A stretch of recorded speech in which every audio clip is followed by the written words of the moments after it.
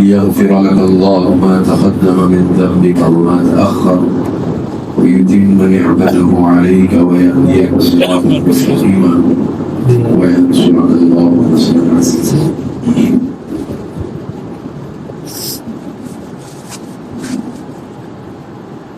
سورہ حدیبیہ کے موقع سے اللہ کے نبی حضور النور صلی اللہ علیہ وسلم مدینہ منورہ چھوڑ کر نکلے. اللہ کے نبی نے خواب میں دیکھا کہ وہ اپنے صحابہ کے ساتھ امن اور اطمینان کے ساتھ بیت اللہ سے داخل ہوئے, بیت اللہ کا طواف کیا, وہاں کی چابی اپنے ہاتھ میں. صحابہ نے عمرے کا ارادہ کیا. اللہ کے نبی نے بھی صحابہ کی لگن کو دیکھ کر کے عمرے کا ارادہ کر لیا اور مدینہ منورہ چھوڑ کر مکہ مکرمہ کی طرف روانہ ہوا. راستے میں سب کفار کو خبر ہو گئی کہ محمد اپنے لشکر کے ساتھ, اپنے ساتھیوں کے ساتھ, اپنے جماعت کے ساتھ آ رہا ہے. تو انہوں نے اپنا ایک قافلہ خالد بن ولید کی حمایت اور ان کی نگرانی کے اندر روانہ کیا جب تک وہ مسلمان نہیں ہوئے. انہوں نے جا کر کے قراء الغمیم جو مکہ سے مدینہ کے راستے میں ایک وادی پڑتی ہے وہاں پڑاؤ ڈالا, اور دوسرا کفار کا ایک قافلہ مکہ سے بالکل قریب 24 میل کے فاصلے پر حدیبیہ کے ایک چھور ایک کنارے پر جو وادی بلدہ کہلاتا ہے وہاں جا کر کے مقیم ہوا, اور دوسری طرف سے حضور صلی اللہ علیہ وسلم کا راستہ رکا. آپ علیہ السلام نے حضرت خالد کے لشکر کو نظر انداز کیا کہ ہمارا ارادہ عمرہ کرنے کا ہے, جنگ کرنے کا نہیں ہے. چنانچہ آپ علیہ السلام نے والا راستہ چھوڑا اور دوسرے راستے سے مدینہ کی طرف, مکہ مکرمہ کی طرف آنے کی کوشش کی. دوسرے راستے پر مکہ کے بالکل قریب حدیبیہ کے ایک کونے پر قبیلہ بنو ثقیف اپنا پڑاؤ ڈالے بیٹھے ہوئے تھے,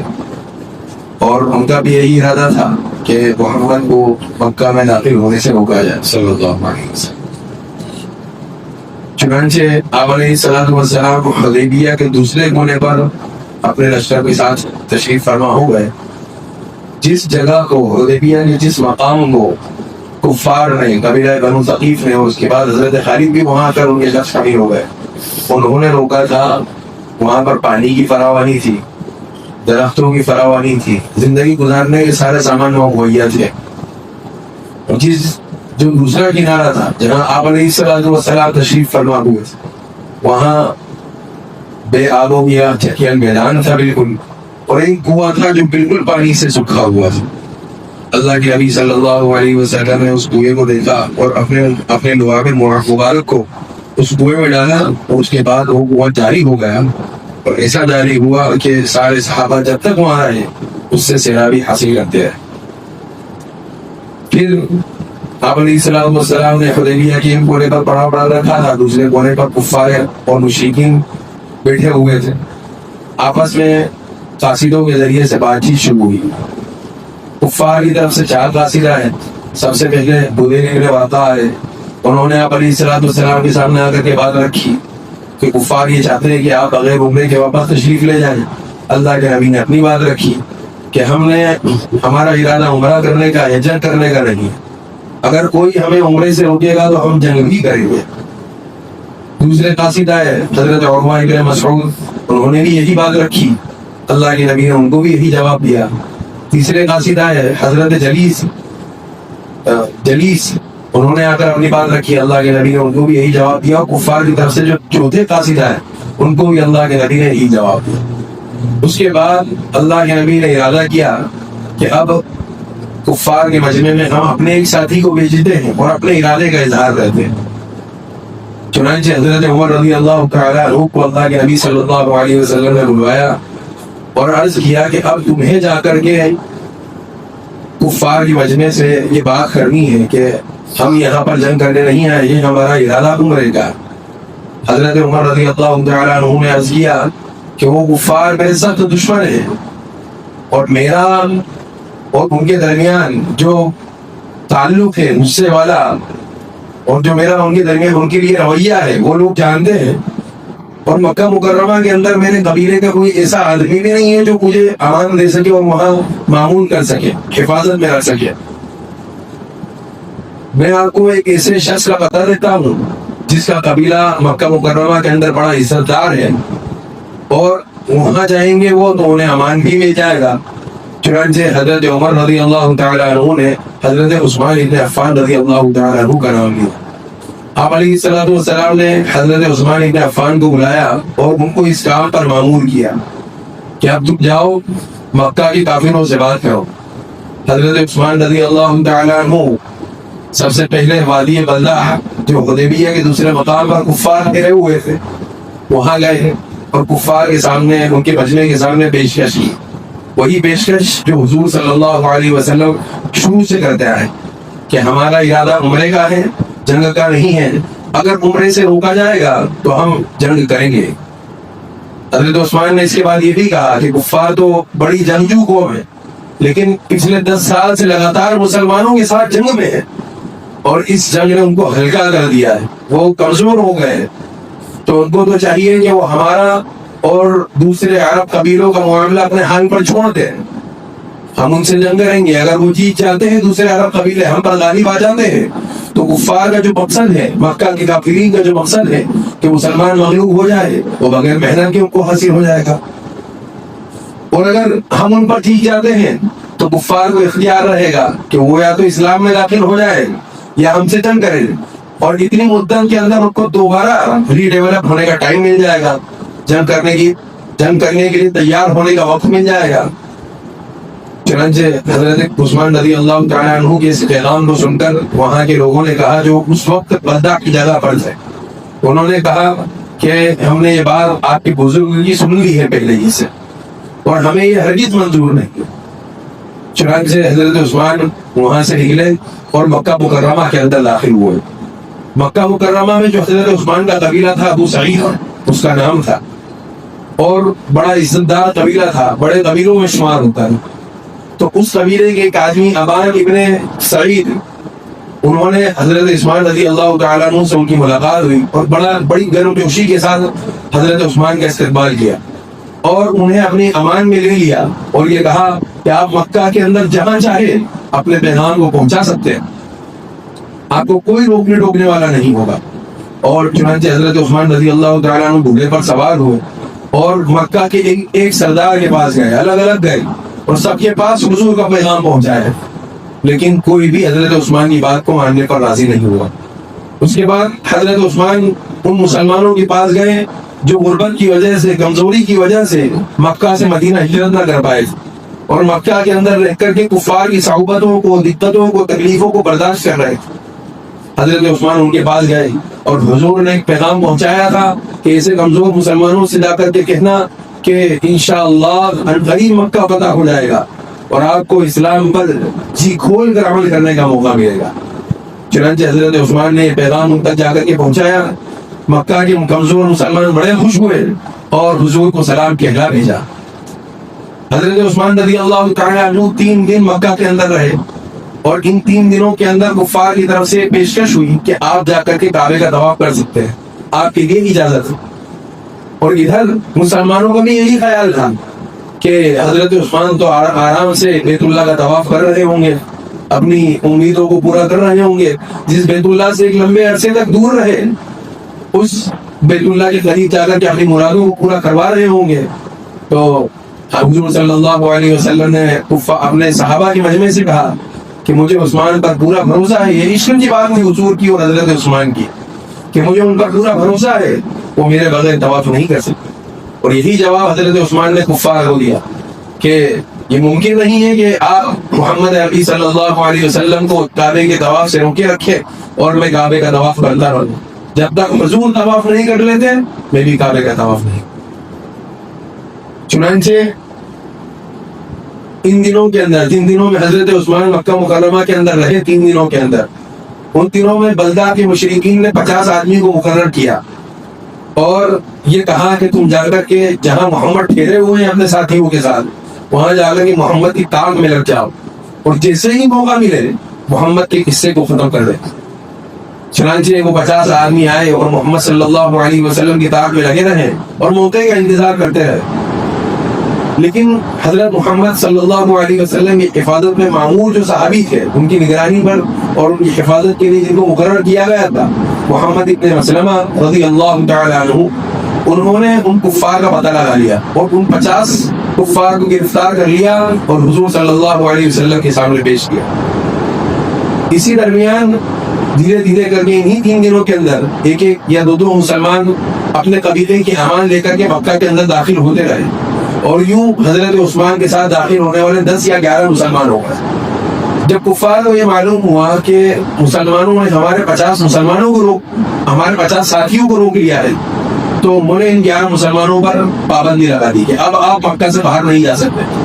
ان کے اوپر گھیراؤ کر لیا اور ادھر 10 اپنے ساتھیوں کو بھیجا کہ جا کر کے محمد کے لشکر پر پتھراؤ کرو اور تیر پھینکو. چنانچہ وہ 10 آدمی آئے اور انہوں نے محمد صلی اللہ علیہ وسلم مسلمانوں کے لشکر پر تیر پھینکنا اور پتھر برسانا شروع کیا. اور اسی اثنا کے اندر ایک صحابی حضرت ابن زنیم وہ شہید بھی ہو گئے. پھر اسی درمیان کسی نے آ کر کے حضور صلی اللہ علیہ وسلم کو یہ اطلاع کر دی کہ حضرت عثمان کو کفار نے شہید کر دیا، قتل کر دیا. حضور صلی اللہ علیہ وسلم بے حد رنج کے عالم میں آ گئے اور انتہائی غصے کے عالم میں آ گئے. صحابہ کو جمع کیا، سارے صحابہ کو اس بات کی اطلاع کی، سارے صحابہ غصے کی حالت میں، غیظ و غضب کی حالت میں. سب سے حضور صلی اللہ علیہ وسلم کے کر کے درخت کے سائے میں تشریف فرما تھے. حضور نے سب سے اپنے ہاتھ پر بیعت لی اور سب کو یہ کہا کہ ہم اس بات پر بیان کرتے ہیں کہ جب تک عثمان کی قصاص کا بدلہ نہ لے لیں گے، قتل کا بدلہ نہ لے لیں گے، ہم اس جگہ کو نہیں چھوڑیں گے. صحابہ بھی غصے کے عالم میں تھے. صحابہ نے حضور صلی اللہ علیہ وسلم کے ہاتھ پر بیعت کی. سب سے پہلے حضرت ابو سفیان رضی اللہ تعالیٰ عنہ نے بیعت کی اور کئی صحابہ تو اس عالم میں تھے کہ کئی مرتبہ بیعت کی حضور صلی اللہ علیہ وسلم کے ہاتھ پر. وہ آتے جاتے تشریف لاتے آپ علیہ السلام کے ہاتھ پر ہاتھ رکھتے اور اس بات کا مکمل تہیہ کرتے کہ جب تک ہم حضرت عثمان کی شہادت کا بدلہ نہیں لے لیں گے، ہم اس جگہ کو نہیں چھوڑیں گے. حضرت سلمہ ابن اقوا وہ صحابی تھے جنہوں نے 3 مرتبہ حضور صلی اللہ علیہ وسلم کے ہاتھ رکھ دیا. پھر آخر میں حضور صلی اللہ علیہ وسلم نے اپنے بائیں ہاتھ کو حضرت عثمان کا ہاتھ قرار دیا اور دائیں ہاتھ کو اپنا ہاتھ قرار دیا اور یہ کہا کہ یہ بیعت عثمان کی طرف سے. اور یہ حضرت عثمان کی فضیلت بھی بن گئی. بعد میں بطور فخر کے اس بات کو بیان کرتے تھے کہ حضور صلی اللہ علیہ وسلم نے اپنے بائیں ہاتھ کو عثمان کا ہاتھ قرار دیا. اس کے بعد جب کفار کو اس بات کا علم ہوا کہ حضور صلی اللہ علیہ وسلم کے صحابہ نے ہم سے مرتے دم تک کی بیعت لے لی ہے کہ وہ مر جائیں گے لیکن حضرت عثمان کے قصاص کا قتل کا بدلہ لے کر رہیں گے، تو کفار تو ایسے ہی گھبرائے ہوئے تھے. 10 سال کی جنگ سے ایسے ہی خستہ حال ہو چکے تھے. جب ان کو اس بات کا علم ہوا کہ وہ قوم جو 313 کی تعداد ہونے کے باوجود بھی ہم پر لپک پڑتی تھی اور ہمیں ہرا دیا تھا، انہوں نے تو اس بار بڑے غصے کے عالم میں بیعت کی ہے اور اس بار تو ہمارا حشر ہمارے سامنے دکھ رہا. چنانچہ انہوں نے فوراً اپنے 3 ساتھیوں کو، جن میں ایک حضرت سہیل ابن عمرو جو اس وقت تک مسلمان نہیں ہوئے تھے، دوسرے حویتی ابن عبد العزا اور تیسرے مکرز ابن حفص، یہ 3 ساتھیوں کو کفار نے حضور صلی اللہ علیہ وسلم کے پاس بات چیت کے لیے بھیجا. تینوں آئے حضور صلی اللہ علیہ وسلم کی خدمت میں. تینوں میں سے تاریخی کتابوں کے اندر یہ بات ملتی ہے کہ تینوں بار جو مسلمان ہو گئے تھے، لیکن حضرت مکرز ابن حفص کے حوالے سے یہ بات ملتی ہے کہ وہ مسلمان نہیں ہوئے تھے، لیکن صحیح قول یہی ہے کہ وہ بھی مسلمان ہو گئے تھے. تو حضور صلی اللہ علیہ وسلم کی خدمت میں آئے اور حضور صلی اللہ علیہ وسلم کی خدمت میں آ کر کے عرض کیا کہ حضرت عثمان کی شہادت اور قتل کے تعلق سے جو بات آپ کو پہنچی ہے وہ غلط ہے. حضرت عثمان بقید حیات ہے، زندہ ہے. آپ ہمارے 60 ساتھیوں کو جن کو آپ نے قید کیا ہے، پہلے 50 کو پھر دوبارہ 10 کو، ان کو آپ چھوڑ دیجئے. آپ کے جو ساتھیوں کو ہم نے قید کیا ہے ہم ان کو چھوڑ دیں.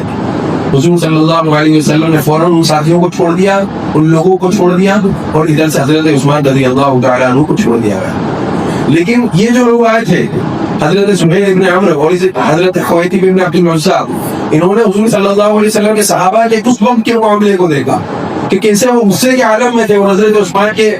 قتل کے بدلے کو لینے کے لیے بالکل پیروں پر کھڑے ہوئے تھے، تیار تھے،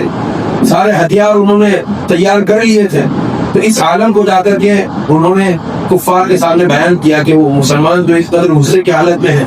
اگر ان سے صلح نہ کی گئی تو وہ مکہ پر چڑھائی بھی کر لیں گے تو ہم ان کے سامنے کچھ بھی نہیں رہیں گے۔ چنانچہ مکہ کے جو صاحب رائے لوگ تھے انہوں نے یہ بات پیش کی مکہ کے کافروں کے سامنے کہ ہمیں یہ چاہیے کہ ہم محمد سے اس بات پر صلح کر لیں کہ ہم اس سال تو آپ عمرے سے واپس تشریف لے جا رہے ہیں، آئندہ سال عمرے کے لیے تشریف لے آنا۔ اگر اس سال آپ عمرہ کرتے ہیں تو دوسرے عرب قبیلے یہ سمجھیں گے کہ ہم ہار گئے اور محمد نے ہم پر چڑھائی کر لی، ہم پر دھاوا بول دیا، یہ سمجھیں گے وہ لوگ۔ تو آپ اس سال تو عمرے سے واپس تشریف لے جائیں، آئندہ سال 3 دن کے لیے آپ عمرے کے لیے آئیں گے اور ہتھیار بالکل ساتھ نہ لائیں گے، کچھ تلواریں آپ کے ساتھ ہوں گی، وہ بھی نیام میں رکھی ہوئی ہوں گی، ان کو بھی کھول کر ننگی تلواریں لانے کی اجازت نہیں رہے گی۔ اور آئندہ سال آپ آئیں، 3 دن قیام کریں، عمرہ کریں، اور اس کے بعد اپنی قربانی کی جانور کو ذبح کریں، حلق کرائیں اور یہاں سے واپس تشریف لے جائیں۔ یہ پیشکش حضرت سہیل بن عمرو لے کر کے واپس آئے ہیں۔ حضور صلی اللہ علیہ وسلم اسی مقام پر بیٹھے ہوئے تھے، 4 دارو بیٹھے ہوئے تھے، ایک طرف حفاظت کے لیے حضرت سلمان رضی اللہ تعالیٰ عنہ کھڑے تھے اور دوسری طرف حضرت عباد بن بشر رضی اللہ تعالیٰ عنہ کھڑے تھے۔ یہ دونوں حضور کی حفاظت کے لیے کھڑے ہوئے تھے، حضور 4 دارو بیٹھے ہوئے تھے، سامنے سے حضرت سہیل بن عمرو آتے ہوئے دکھے۔ اس وقت حضور نے کہا کہ اب اس قوم نے صلح کا ارادہ کیا، اب یہ صلح کرنا چاہتی ہے، اس لیے سہیل کو دوبارہ بھیجا ہے۔ حضرت سہیل رضی اللہ تعالیٰ عنہ جو بعد میں مسلمان ہو چکے تھے، آپ علیہ الصلوۃ والسلام کے سامنے آ کر کے بیٹھے اور کفار کی طرف سے جو پیشکش تھی اس کو عرض کیا۔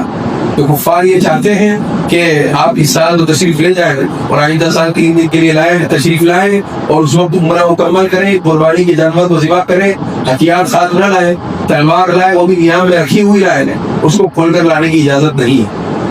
حضور صلی اللہ علیہ وسلم کے صحابہ کو اس سال بغیر احرام کھولے واپس جانے، بغیر عمرہ کی احرام کھولنے کا دل ہی نہیں تھا۔ چنانچہ کچھ ان کے اور سہیل کے درمیان آوازیں بلند ہونے لگی اور اسی اثنا میں حضرت سہیل نے بھی اس وقت اپنی آواز کو بلند کیا۔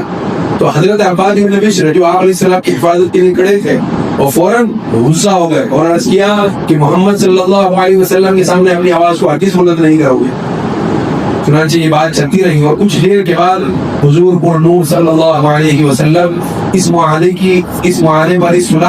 صلح نامے پر راضی ہو گئے۔ چنانچہ حضور صلی اللہ علیہ وسلم نے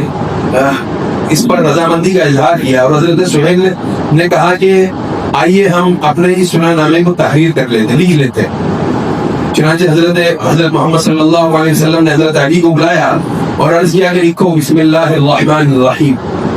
حضرت علی نے لکھنا شروع کیا تو سہیل ابن عمرو نے کہا کہ ہم اس بات پر راضی نہیں ہیں کہ الرحمن الرحیم لکھا جائے، ہمارے درمیان یہ چیزیں مشہور نہیں ہیں جو پہلے سے چلا آ رہا ہے کہ بسم اللہم لکھا جائے، کہ صرف اللہ کے نام سے شروع کرتے ہیں۔ اللہ کی کیا صفتیں آپ کے درمیان مشہور ہیں ان کو ہم نہیں مانتے، آپ ان صفتوں کو تحریر نہیں کریں گے، الرحمن اور الرحیم کا لفظ نہیں لکھیں گے۔ چنانچہ حضور صلی اللہ علیہ وسلم نے حضرت علی کو حکم دیا کہ جیسا یہ کہہ رہے ہیں بسم اللہم ویسا ہی لکھا جائے۔ پھر حضور صلی اللہ علیہ وسلم نے آگے کہا یہ لکھو کہ یہ صلح نامہ محمد رسول اللہ صلی اللہ علیہ وسلم اور سہیل ابن عمرو کے درمیان۔ تو حضرت سہیل ابن عمرو نے پھر بات پکڑی اور کہا کہ محمد رسول اللہ نہیں لکھا جائے گا، صرف محمد ابن عبداللہ لکھا جائے گا، اس لیے کہ اگر ہم اللہ کا رسول آپ کو مانتے تو کعبے کے طواف سے ہرگز نہ روکتے، ہم آپ کو مانتے ہی نہیں ہیں اللہ کا رسول، اسی وجہ سے تو آپ کو روکا جا رہا ہے۔ اللہ کے نبی نے اس بات کو بھی مانا اور حضرت علی کو کہا کہ یہ جو تم نے رسول اللہ لکھ لیا ہے اس کو مٹا دو۔ صلی اللہ علیہ وسلم اس وقت تک تحریر نہیں کیا تھا، صرف رسول اللہ لکھا۔ حضرت علی رضی اللہ تعالیٰ عنہ صحابہ اللہ کے نبی کے ایک عمل پر مرنے والے تھے، لیکن چونکہ صحابہ تو اللہ کے نبی کو رسول مانتے تھے تو حضرت علی نے ادب نہ کیا کہ میں سب چیزیں کر سکتا ہوں، آپ یہ ہر بات مانتے ہیں لیکن اس چیز کو میں نہیں کر سکتا، میں رسول اللہ کے لفظ کو نہیں مٹا سکتا۔ اور آپ حضرت علی کے پیچھے 2 صحابی کھڑے تھے، حضرت سعد بن عبادہ اور دوسری طرف حضرت حسین بن حذیر، ان دونوں نے حضرت علی کے ہاتھ کو پکڑ لیا کہ اس لفظ کو آپ نہیں مٹائیں گے۔ چنانچہ حضور صلی اللہ علیہ وسلم نے صحابہ کی قربانی تھی، محبت تھی حضور صلی اللہ علیہ وسلم، چنانچہ حضور صلی اللہ علیہ وسلم نے خود اپنے حال میں خط کو لیا اور باوجود یہ کہ زندگی میں کبھی لکھنا پڑھنا نہیں سیکھا تھا،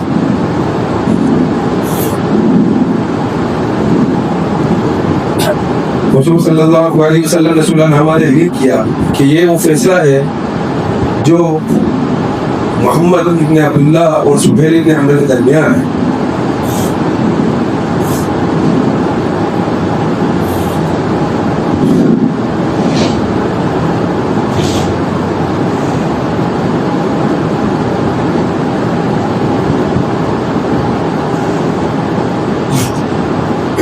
حضور نے اس کو تحریر کیا اور آگے صلح میں جو شرطیں تھی وہ کی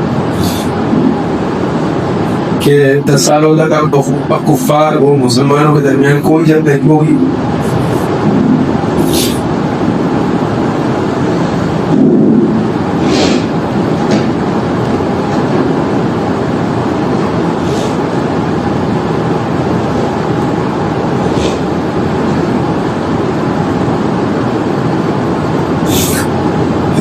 دس سالوں تک کفار و مسلمانوں کے درمیان کوئی